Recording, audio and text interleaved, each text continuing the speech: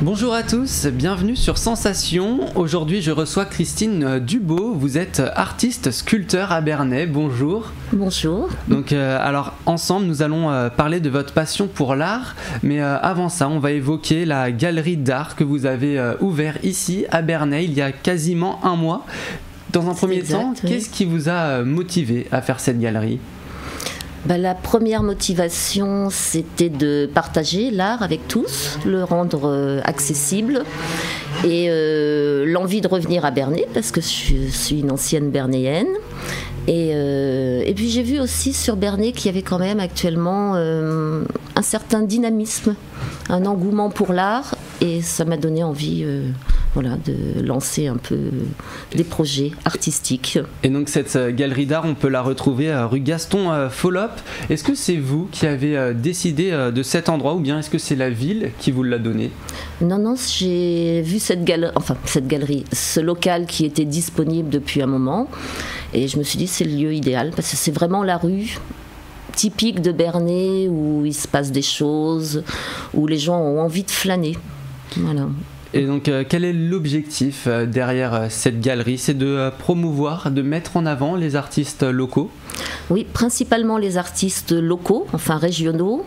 Bon, je travaille avec une dizaine d'artistes, dont des personnes qui ont une renommée internationale et des artistes émergents de la région. Et donc ça veut dire qu'on pourra les retrouver très vite dans la galerie d'art ? Ils sont en permanence dans la galerie. Et régulièrement, je présente des œuvres différentes de chacun. Et je fais toute une promotion hors Bernay aussi sur les réseaux. Et voilà. Donc on peut dire que dans votre galerie, on retrouve à la fois une galerie d'art permanente et une galerie d'art temporaire. C'est-à-dire que c'est les expositions qui sont temporaires en général. Je fais des expositions, bon là je viens de commencer, ça fait un mois comme vous dites. Le mois prochain, à partir du 23 mars, va être consacré à un artiste international, Salem, mais qui réside aussi dans la région. Et après, tous les mois, je mettrai en avant un artiste de la galerie. Et donc, comment est-ce que vous choisissez les artistes que vous mettez en avant ? Est-ce que ce sont des vieilles connaissances, des gens avec qui vous avez peut-être déjà travaillé ? Il y a des gens avec qui j'ai déjà travaillé. Je pense notamment à Josiane Beck-Boès, qui est une amie, qui est la présidente de Confluent d'Art. Donc, on fait aussi tous les ans un salon dans l'abbatiale.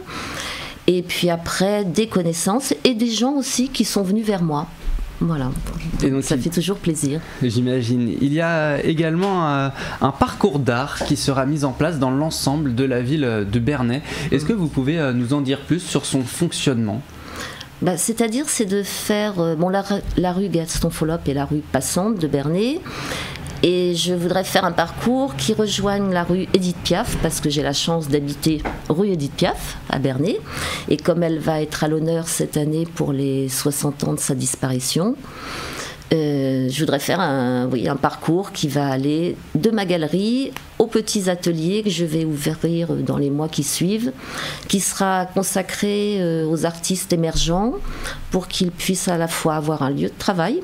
Donc je mets à disposition un atelier et un lieu d'exposition grand format. Parce que là, déjà, rue Gaston Follop, je me sens un peu à l'étroit parce que c'est très petit. Et donc qu'est-ce qu'on va retrouver dans ce parcours ? Il y aura peut-être des œuvres d'art qui seront visibles depuis la rue ? J'espère. Je travaille là-dessus avec la municipalité. Donc je pense qu'ils sont assez aussi enthousiastes sur ce projet. Donc oui, j'espère bien pouvoir... proposer. Et donc vous avez également un projet qui est d'ouvrir un atelier tourné vers l'environnement. D'où vient cet attrait vers la nature et pourquoi vous souhaitez la mettre en avant ? Déjà, c'est un thème qui me tient beaucoup à cœur. Cet engouement de la nature, je l'ai depuis toujours. Je suis une fille de paysan, quand même, je le précise. Donc, j'ai vécu à la campagne, je suis très proche de la nature, des animaux. Et malheureusement, j'ai vu cette évolution ou cette dégradation au cours des années. Et aujourd'hui, je me dis, sauvons ce qui peut être encore sauvé. Pourquoi créer encore des matériaux qui sont polluants ? Servons-nous de ce que nous avons. Et donc, dans ce concept, qui est un lieu qui représente à peu près 300 mètres carrés, tout sera basé sur la récupération. Voilà, donc j'ai déjà des entreprises qui me donnent des palettes, enfin, j'accepte vraiment tout ce qui peut être proposé, voilà, pour faire de ce lieu un lieu d'échange, de partage avec les artistes, mais aussi une sensibilisation à l'environnement. Donc justement, est-ce que l'art, c'est un moyen pour alerter sur le climat, un moyen de faire passer un message? Bah oui, parce que dans toutes les œuvres que j'ai à la galerie, il y a une lecture et il y a un message. Un artiste ne crée pas une œuvre comme ça au hasard. Il y a toujours un message qui est très régulièrement tourné vers l'environnement. Oui. Et donc l'objectif également de votre galerie, c'est de montrer que l'art, c'est quelque chose qui est accessible à tous. C'est ce que vous souhaitez mettre en avant, promouvoir. Et c'est pour ça que vous vous êtes lancé dans la vie d'artiste, dans la vie de sculpteur. Oui, c'est une façon de faire passer des messages, de visualiser nos émotions. Voilà, et c'est pas seulement des gens qui sont... Moi, je suis une autodidacte, donc j'ai pas fait d'école d'art, mes parents ne le souhaitaient pas. Et vous avez plein de gens qui ont quelque chose à exprimer, et je pense qu'à travers l'art, on peut tous s'exprimer. Hein. Ce n'est pas une question d'artiste, c'est une question... c'est accessible à tous. Et donc vous, personnellement, pourquoi est-ce que vous vous êtes lancé dans ce milieu ? Une passion, toujours. Je crois que je suis née avec un crayon à la main, parce que j'ai toujours dessiné, parce qu'avant de faire de la sculpture, il faut déjà savoir un peu dessiner. Et c'était naturel en moi, quoi. Et donc justement, vous avez parlé de l'art, vous avez parlé de votre métier de sculpteur.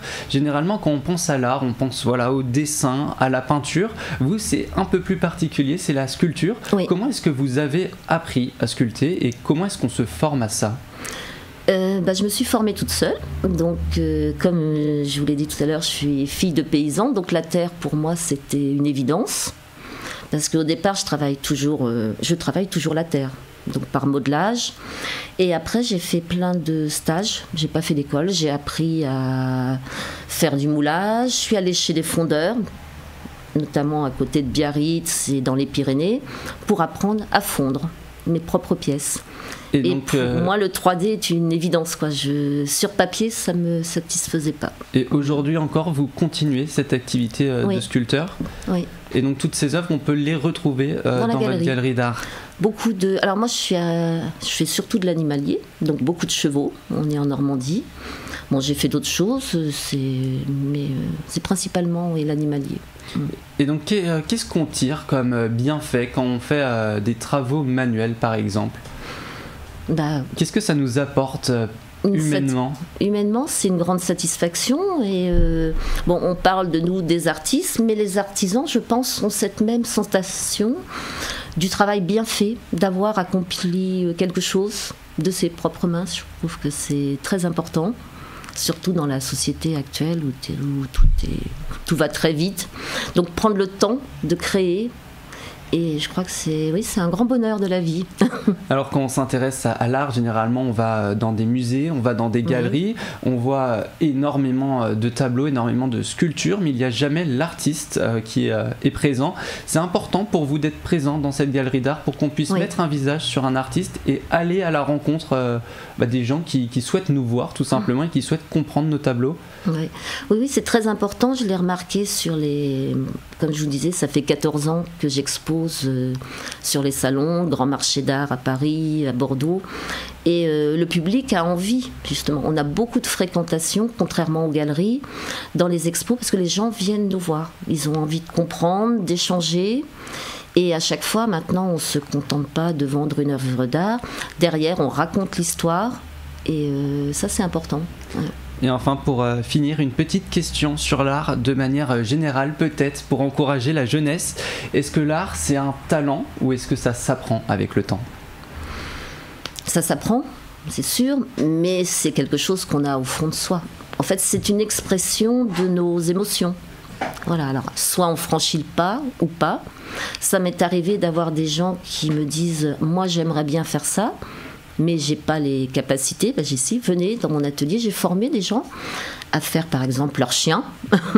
Ils sont venus travailler et ils ont eu cette joie d'avoir créé eux-mêmes. Et donc l'art, c'est le message à passer, c'est quelque chose d'accessible à tous. Merci. Exactement. Christine Dubos d'avoir été avec nous sur Sensation aujourd'hui.